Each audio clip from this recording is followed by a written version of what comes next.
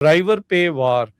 ਇਹ ਕੀ ਰੀਜ਼ਨ ਇਹਦੇ ਵਿੱਚ ਹੁਣ ਇਹ ਚੱਲ ਪਿਆ ਵੀ ਡਰਾਈਵਰ ਜਿਹੜੇ ਚੱਲਣ ਵਾਲੇ ਉਹ ਘਟ ਗਏ ਆ, ਇਸ ਲਈ ਕੰਪਨੀਆਂ ਹੁਣ ਇੱਕ ਦੂਜੇ ਦੇ ਡਰਾਈਵਰ ਖੋਹਣ ਵਾਲੀ ਗੱਲ, ਉਹ ਪਹਿਲੋਂ ਵਾਲਾ ਜਿਹੜਾ ਸਿਸਟਮ ਆ ਉਦਾਂ ਉਹਦੇ ਵੱਲ ਨੂੰ ਜਾ ਰਿਹਾ।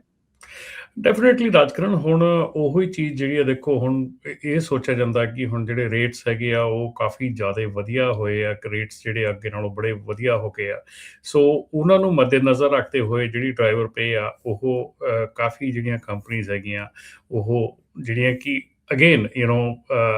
ਕੱਲ ਵੀ ਸਾਡੀ ਇੱਕ ਆਪਣੀ ਟਰੱਕਿੰਗ ਕੰਪਨੀ ਦੇ ਆਫਿਸ ਦੇ ਉਦਘਾਟਨ ਦੇ ਲਈ ਗਏ ਸੀਗੇ, ਤੇ ਉੱਥੇ ਉਹਨਾਂ ਨੇ ਦੱਸਿਆ ਕਿ ਸਾਰੇ ਜਣੇ ਗੱਲ ਕਰ ਰਹੇ ਸੀ ਕਿ ਭਈ ਇਹ ਜਿਹੜੀ ਚੀਜ਼ ਆ ਇਹ ਕਿੱਦਾਂ ਇਹਨੂੰ ਠੱਲ ਪਾਉਣੀ ਚਾਹੀਦੀ ਆ, ਜਾਂ ਕਿੱਦਾਂ ਇਹ ਚੀਜ਼ ਜਿਹੜੀ ਚੀਜ਼ ਨੂੰ ਖਤਮ ਕਰਨਾ ਚਾਹੀਦਾ, ਜਾਂ ਇਸ ਚੀਜ਼ ਨੂੰ ਕੰਟਰੋਲ ਕਰਨਾ ਚਾਹੀਦਾ। ਸੋ ਸਾਰਿਆਂ ਦੀ ਕੰਪਲੇਂਟ ਇਹੋ ਹੀ ਸੀਗੀ ਜੀ, ਟਰੱਕਿੰਗ ਜਿਹੜੀਆਂ ਡਰਾਈਵਰ ਪੇ ਆ ਉਹ ਵਧਾ ਰਹੇ, ਤੇ ਮੈਂ ਕਿਹਾ ਵੀ ਵਧਾ ਕੌਣ ਰਿਹਾ? I mean there is nobody else, is you guys, ਹੈ ਨਾ, ਵੀ ਆਪ ਹੀ ਵਧ ਰਹੀ ਹੈਗੀ ਆ, ਤੁਹਾਡੇ ਟਰੱਕਿੰਗ ਕੰਪਨੀਆਂ ਵੱਲੋਂ ਹੀ ਇਹ ਚੀਜ਼ ਕੀਤੀ ਜਾ ਰਹੀ ਹੈ, ਇੱਕ ਦੂਜੇ ਦੇ ਜਿਹੜੇ ਡਰਾਈਵਰ ਖਿੱਚੇ ਜਾ ਰਹੇ, ਇੱਦਾਂ ਕੀਤੇ ਜਾ ਰਹੇ ਆ। ਤੇ ਇਹ ਟਰੈਂਡ ਜਿਹੜਾ ਆ ਇਹ ਆਪਣੇ ਖਾਸ ਕਰਕੇ ਆਪਣੀਆਂ ਕੰਪਨੀਆਂ ਦੇ ਵਿੱਚ ਬਹੁਤ ਜ਼ਿਆਦਾ ਆ, ਔਰ ਇਹੋ ਹੀ ਇੱਕ ਰੀਜ਼ਨ ਹੈਗਾ ਆ ਕਿ ਜਿਹਦੇ ਵਿੱਚ ਮੇਰੇ ਖਿਆਲ ਡਰਾਈਵਰ ਦੀ ਪੇ ਜਿਹੜੀ ਆ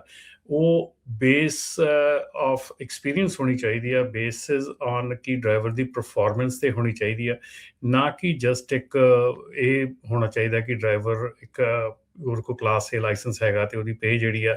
ਇਸ ਆਧਾਰ 'ਤੇ ਹੋਵੇ ਕਿ ਉਹਦੇ ਕੋਲ ਗ੍ਰੀਨ ਕਾਰਡ ਹੈ ਜਾਂ ਸਿਟੀਜ਼ਨ ਆ, ਪਰ ਇਸ ਆਧਾਰ 'ਤੇ ਹੋਣੀ ਚਾਹੀਦੀ ਆ ਵੀ ਡਰਾਈਵਰ ਕਿੰਨਾ ਚੰਗਾ ਹੈਗਾ, ਡਰਾਈਵਰ ਕਿਵੇਂ ਟਰੱਕ ਚਲਾਉਂਦਾ, ਕਿਵੇਂ ਆਪਣੇ ਲੋਡ ਦੀ ਦੇਖਭਾਲ ਕਰਦਾ। ਸੋ ਪਰਫਾਰਮੈਂਸ ਬੇਸ ਜਿਹੜੀ ਤਨਖਾਹ ਹੈਗੀ ਆ ਉਹ ਮੇਰੇ ਖਿਆਲ ਇੰਡਸਟਰੀ ਸਟੈਂਡਰਡ ਹੈਗਾ ਦੂਜਿਆਂ ਸਾਰੀਆਂ ਗੋਰਿਆਂ ਦੀਆਂ ਕੰਪਨੀਆਂ ਦੇ ਵਿੱਚ। ਸੋ ਇੰਡਸਟਰੀ ਸਟੈਂਡਰਡ ਨੂੰ ਅਪਣਾਉਣਾ ਚਾਹੀਦਾ ਔਰ ਇੰਡਸਟਰੀ ਸਟੈਂਡਰਡ ਦੇ ਹਿਸਾਬ ਨਾਲ ਗੱਲ ਕਰਨੀ ਚਾਹੀਦੀ ਆ। ਅਦਰਵਾਈਜ਼ ਜਿਹੜੀ ਆਪਣੀ ਅੱਗੇ ਗਲਤੀਆਂ ਜਿਹੜੀਆਂ ਕੋਵਿਡ ਤੋਂ ਬਾਅਦ ਹੋਈਆਂ ਹੈਗੀਆਂ ਉਹ ਫਿਰ ਉਸੇ ਲੈਵਲ 'ਤੇ ਆਪਾਂ ਜਾ ਰਹੇ ਹੈਗੇ ਹਾਂ। ਸੋ ਅਨਫੋਰਚੂਨੇਟਲੀ ਉਹੀ ਚੀਜ਼ਾਂ ਫਿਰ ਦੁਬਾਰਾ ਦੁਹਰਾਈਆਂ ਜਾ ਰਹੀਆਂ। ਜੀ ਬਿਲਕੁਲ। ਅਤੇ ਸੋ ਚਲੋ ਦੇਖਦੇ ਹਾਂ ਕੀ ਜਿਹੜਾ ਇਸ ਦੇ ਵਿੱਚ ਅੱਗੇ ਬਣਦਾ ਆ, ਇਹ ਕਿਸ ਪਾਸੇ ਨੂੰ ਇੰਡਸਟਰੀ ਜਿਹੜੀ ਇਹਦੇ ਨਾਲ ਜਾਊਗੀ। ਡਰਾਈਵਰ ਪੇ ਵਾਰ ਇਹ ਕੀ ਰੀਜ਼ਨ ਇਹਦੇ ਵਿੱਚ ਹੁਣ ਇਹ ਚੱਲ ਪਿਆ ਵੀ ਡਰਾਈਵਰ ਜਿਹੜੇ ਚੱਲਣ ਵਾਲੇ ਉਹ ਘਟ ਗਏ ਆ, ਇਸ ਲਈ ਕੰਪਨੀਆਂ ਹੁਣ ਇੱਕ ਦੂਜੇ ਦੇ ਡਰਾਈਵਰ ਖੋਹਣ ਵਾਲੀ ਗੱਲ, ਉਹ ਪਹਿਲੋਂ ਵਾਲਾ ਜਿਹੜਾ ਸਿਸਟਮ ਆ ਉੱਦਾਂ ਉਹਦੇ ਵੱਲ ਨੂੰ ਜਾ ਰਿਹਾ। ਡੈਫੀਨੇਟਲੀ ਰਾਜਕਰਨ, ਹੁਣ ਉਹੀ ਚੀਜ਼ ਜਿਹੜੀ ਆ, ਦੇਖੋ ਹੁਣ ਇਹ ਸੋਚਿਆ ਜਾਂਦਾ ਕਿ ਹੁਣ ਜਿਹੜੇ ਰੇਟਸ ਹੈਗੇ ਆ ਉਹ ਕਾਫੀ ਜ਼ਿਆਦਾ ਵਧੀਆ ਹੋਏ ਆ, ਰੇਟਸ ਜਿਹੜੇ ਅੱਗੇ ਨਾਲੋਂ ਬੜੇ ਵਧੀਆ ਹੋ ਗਏ ਆ। ਸੋ ਉਹਨਾਂ ਨੂੰ ਮੱਦੇਨਜ਼ਰ ਰੱਖਦੇ ਹੋਏ ਜਿਹੜੀ ਡਰਾਈਵਰ ਪੇ ਆ ਉਹ ਕਾਫੀ ਜਿਹੜੀਆਂ ਕੰਪਨੀਜ਼ ਹੈਗੀਆਂ ਉਹ ਜਿਹੜੀਆਂ ਕਿ ਅਗੇਨ ਕੱਲ ਵੀ ਸਾਡੀ ਇੱਕ ਆਪਣੀ ਟਰੱਕਿੰਗ ਕੰਪਨੀ ਦੇ ਆਫਿਸ ਦੇ ਉਦਘਾਟਨ ਦੇ ਲਈ ਗਏ ਸੀਗੇ, ਤੇ ਉੱਥੇ ਉਹਨਾਂ ਨੇ ਦੱਸਿਆ ਕਿ ਸਾਰੇ ਜਣੇ ਗੱਲ ਕਰ ਰਹੇ ਸੀ ਕਿ ਭਈ ਇਹ ਜਿਹੜੀ ਚੀਜ਼ ਆ ਇਹ ਕਿੱਦਾਂ ਇਹਨੂੰ ਠੱਲ ਪਾਉਣੀ ਚਾਹੀਦੀ ਆ, ਜਾਂ ਕਿੱਦਾਂ ਇਹ ਚੀਜ਼ ਜਿਹੜੀ ਚੀਜ਼ ਨੂੰ ਖਤਮ ਕਰਨਾ ਚਾਹੀਦਾ, ਜਾਂ ਇਸ ਚੀਜ਼ ਨੂੰ ਕੰਟਰੋਲ ਕਰਨਾ ਚਾਹੀਦਾ। ਸੋ ਸਾਰਿਆਂ ਦੀ ਕੰਪਲੇਂਟ ਇਹੋ ਹੀ ਸੀਗੀ ਜੀ, ਟਰੱਕਿੰਗ ਜਿਹੜੀਆਂ ਡਰਾਈਵਰ ਪੇ ਆ ਉਹ ਵਧਾ ਰਹੇ, ਤੇ ਮੈਂ ਕਿਹਾ ਵੀ ਵਧਾ ਕੌਣ ਰਿਹਾ? I mean there is nobody else, is you guys, ਹੈ ਨਾ, ਵੀ ਆਪ ਹੀ ਵਧ ਰਹੀ ਹੈਗੀ ਆ, ਤੁਹਾਡੇ ਟਰੱਕਿੰਗ ਕੰਪਨੀਆਂ ਵੱਲੋਂ ਹੀ ਇਹ ਚੀਜ਼ ਕੀਤੀ ਜਾ ਰਹੀ ਹੈ, ਇੱਕ ਦੂਜੇ ਦੇ ਜਿਹੜੇ ਡਰਾਈਵਰ ਖਿੱਚੇ ਜਾ ਰਹੇ, ਇੱਦਾਂ ਕੀਤੇ ਜਾ ਰਹੇ ਆ।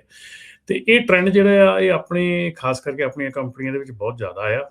ਔਰ ਇਹੋ ਹੀ ਇੱਕ ਰੀਜ਼ਨ ਹੈਗਾ ਆ ਕਿ ਜਿਹਦੇ ਵਿੱਚ ਮੇਰੇ ਖਿਆਲ ਡਰਾਈਵਰ ਦੀ ਪੇ ਜਿਹੜੀ ਆ ਉਹ ਬੇਸ ਆਫ ਐਕਸਪੀਰੀਅੰਸ ਹੋਣੀ ਚਾਹੀਦੀ ਆ, ਬੇਸਿਸ ਔਨ ਕਿ ਡਰਾਈਵਰ ਦੀ ਪਰਫਾਰਮੈਂਸ 'ਤੇ ਹੋਣੀ ਚਾਹੀਦੀ ਆ, ਨਾ ਕਿ ਜਸਟ ਇੱਕ ਇਹ ਹੋਣਾ ਚਾਹੀਦਾ ਕਿ ਡਰਾਈਵਰ ਇੱਕ ਉਹਦੇ ਕੋਲ ਕਲਾਸ ਏ ਲਾਇਸੈਂਸ ਹੈਗਾ ਅਤੇ ਉਹਦੀ ਪੇ ਜਿਹੜੀ ਆ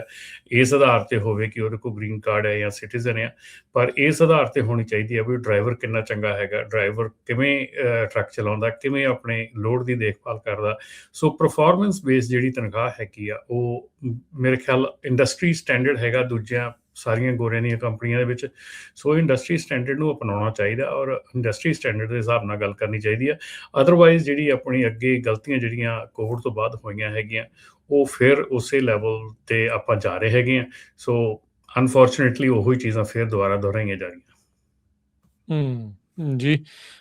ਬਿਲਕੁਲ। ਅਤੇ ਸੋ ਚਲੋ ਦੇਖਦੇ ਹਾਂ ਕੀ ਜਿਹੜਾ ਇਸ ਦੇ ਵਿੱਚ ਅੱਗੇ ਬਣਦਾ ਆ, ਇਹ ਕਿਸ ਪਾਸੇ ਨੂੰ ਇੰਡਸਟਰੀ ਜਿਹੜੀ ਇਹਦੇ ਨਾਲ ਜਾਊਗੀ।